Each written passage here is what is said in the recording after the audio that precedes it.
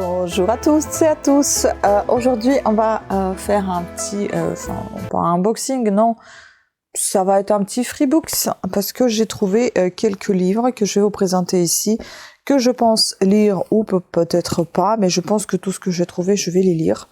Et je vais commencer par ce gros bébé qui est au format relié de Isabelle Allende, et j'ai l'impression que j'ai déjà cette autrice, La Maison aux Esprits. Ça me tente beaucoup. On est aux éditions Fayard, on est en 1984, et nous avons ici 470 pages. Il est plutôt en très bon état, il est bien garni ce livre. On n'a pas de résumé, mais je vais vous en trouver sur le téléphone. J'ai mal aux dents. Ah, c'est cool, en plus c'est son premier roman.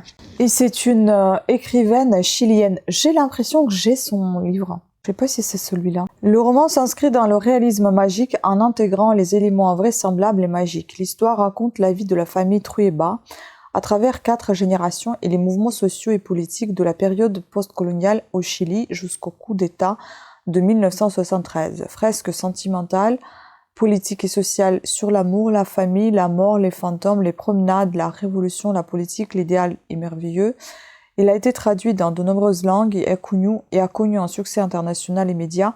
Il est considéré comme un roman majeur de la littérature sud-américaine du XXe siècle. De par la parenté de son auteur avec le président Salvador Allende, et aussi à cause du portrait de l'évolution des classes sociales au Chili, qu'on y trouve le roman connu la censure sous le gouvernement d'Augusto Pinochet. Et bah dis donc. Et en plus, je crois que ça a été adapté, c'est ça. En 93, La Maison aux Esprits, The House of the Spirits, film américain de B. August avec Jeremy Irons, Meryl Streep, Glenn Close, Winona Ryder et Antonio Banderas, a été adapté au cinéma. Et j'aimerais bien le voir, ce film. J'ai un doute si je l'avais pas déjà vu. Si je trouve aussi l'image du film, je vous le mettrai là. Franchement, ça donne envie de découvrir, mais de lire avant. Et comme il n'est pas super long, ça pourra se lire assez rapidement. Mais d'ailleurs, je vais vous dire quand même si je l'ai pas déjà ce livre, parce que si j'avais enregistré, parce que si je l'avais pas enregistré, je saurais pas, mais il y a peut-être. Mais on va déjà regarder si j'ai pu l'avoir enregistré. Je ne l'ai pas. Si, je l'ai. Je ne sais pas, il faut que je regarde parce qu'il y a des bouquins que je trouve et des fois j'enregistre pas parce que je ne sais pas si je vais lire ou pas. Bon, ensuite nous avons passé à Boris Vian, L'écume des jours. Je ne sais pas pourquoi j'avais envie de le bouquiner, ce livre. Peut-être parce que j'en ai entendu parler de cet auteur, je sais pas. Donc ici on est à peine à un peu plus de 300 pages. On est aux éditions Poche, donc livre de poche. L'écume des jours. L'écume des jours, ce titre léger et lumineux annonce une histoire d'amour drôle ou grinçante, tendre ou grave, fascinante et inoubliable, composée par un écrivain de 26 ans. C'est un conte de l'époque du jazz et de la science-fiction, à la fois comique et poignant, heureux et tragique, merveilleux et fantastique, féerique et déchirant. Dans cette œuvre d'une modernité insolente, l'une des plus célèbres du XXe siècle et livre culte depuis plus de 30 ans, Duke Ellington croise le dessin animé, Sartre devient une marionnette burlesque, la mort prend la forme d'un nénuphar, le cauchemar va jusqu'au bout du désespoir. Mais seules 2 choses demeurent éternelles et triomphantes, le bonheur ineffable de l'amour absolu et la musique des Noirs américains. Écoutez, on est dans le jazz, on est dans le fantastique, on est dans le quelque chose de culte, d'après ce que j'ai lu, et on verra bien. Ensuite, Hervé Bazin, Vipère au point. Aussi un auteur assez connu, que je ne connais absolument pas, mais connu, j'en ai déjà entendu parler. Le livre est très dense. Quelle idiotie de faire ça dans les livres. Je déteste. Pourquoi écrire dans le bouquin? On est ici à pas loin de 200 pages, mais je pense que ça va être quelque chose d'assez complexe. Vu la tête de la dame. Vipère au point, c'est le combat impitoyable livré par Jean Réseau, dit Brasse-Bouillon, et ses frères à leur mère, une femme odieuse, et qu'ils ont surnommée Folcoche.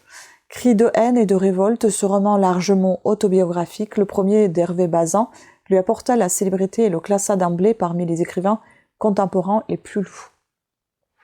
Ah, j'ai envie de le découvrir, celui-là. Chateaubriand, Mémoire d'outre-tombe. Je ne sais pas combien il y a de tomes, là c'est le premier. Il est très fatigué, hein. Ce livre est vraiment très fatigué. Il était très mal conservé. On est à peine à plus de 700 pages. Je vais le mettre près de chauffage, je sais pas. Mais il faut qu'il sèche. il est vraiment dans un état pitoyable. Donc ici, Chateaubriand, Mémoire d'outre-tombe, je n'ai jamais lu. J'aime bien cette édition comme ça, c'est ancienne, livre de poche. Voici le journal d'un écrivain de génie dont la prose poétique ressuscite l'enfance sur les grèves et dans les bois, les jours de gloire et les amours. C'est aussi le journal d'un grand homme politique qui a connu la Révolution et l'exil avant d'être le familier d'un empereur et des 2 rois, qui démissionne au nom de sa conscience et pour lequel la politique n'est rien si elle n'est pas religion. Visionnaire, il prévoit le XXe siècle et la démocratie. C'est encore le journal d'un voyageur infatigable, dans l'Ancien comme dans le Nouveau Monde. C'est enfin le journal d'un grand chrétien pour qui Dieu explique l'homme et la création. Chateaubriand a été pauvre et riche, puissant et faible, heureux et misérable. Comme la mer, son berceau et son image, il change sans cesse, passant du désespoir à la confiance, de la solennité à l'espièglerie, telle qu'elle, avouée Sainte-Beuve, ce livre est quelque chose d'unique. J'aurais voulu le lire pour vous, mais vu que c'est le tome 1, on est à plus de 700 pages, je pense que c'est niette. Je vais le lire toute seule et je vous le dirai après mon point de vue. Donc ici, on a 2 livres, donc je ne sais pas si c'est encore une saga, ou c'est juste 2 livres, ou c'est une trilogie, ou je ne sais quoi, mais j'espère qu'il n'y en a pas plus que ça. Donc c'est Claude Michelet, je ne le connais pas, Les promesses du ciel et de la terre, je pense que ça va être quelque chose d'assez... je ne pense pas que ce soit religieux, mais je pense que ça va être quelque chose d'assez profond, assez... mince, j'ai le mot qui m'est sorti de la tête, mais aujourd'hui, tout ce qui sort de ma tête, j'ai la migraine. Peut-être un peu poétique, mais c'est pas ça que je cherche comme mot. Bref, je vais pas le dire, je ne sais pas. Je ne sais pas à quoi porter l'attention, quel mot ça peut, quel synonyme je peux trouver à ce mot. Lapin de terre. Ici, nous avons les soins de super bon état. Ils sentent pas du tout. Ici, nous sommes à peu près à 105 pages. Voici de retour les héros des promesses du ciel de la terre, ces pionniers venus de France, installés dans le Chili, on est encore au Chili, des années 1870, ils ont toujours le goût du risque. Jetés malgré eux dans la guerre du Pacifique, qui à partir de 1879 oppose le Chili à la Bolivie et au Pérou, ils jouent leur fortune, leur bonheur et leur vie dans ce conflit terrible, ignoré de l'Europe. Il y a la guerre, il y a la conquête de nouveaux horizons, que certains d'entre eux mènent avec passion. Et il y a la paix, les gestes et les travaux de la paix, de la vie que Pauline et Antoine cultivent avec non moins de passion. L'amour, l'amitié, le courage et l'espoir chantent merveilleusement au fil de ce grand roman de Claude Michelet, rempli de rebondissements et de péripéties. Écoutez, voilà. Et Le Grand Sillon, donc c'est une belle et bien une saga. Combien il y a de bouquins? Je ne sais pas si je vais les lire au final. Voilà, donc il n'y a pas le tome 1 en fait. Si je trouve pas le tome 1, c'est pas la peine. Donc le tome 1, c'est les promesses du ciel et de la terre. Le 2, c'est pour un arpent de terre. Et puis le 3, c'est Le Grand Sillon. Je ne sais pas s'il y a la suite.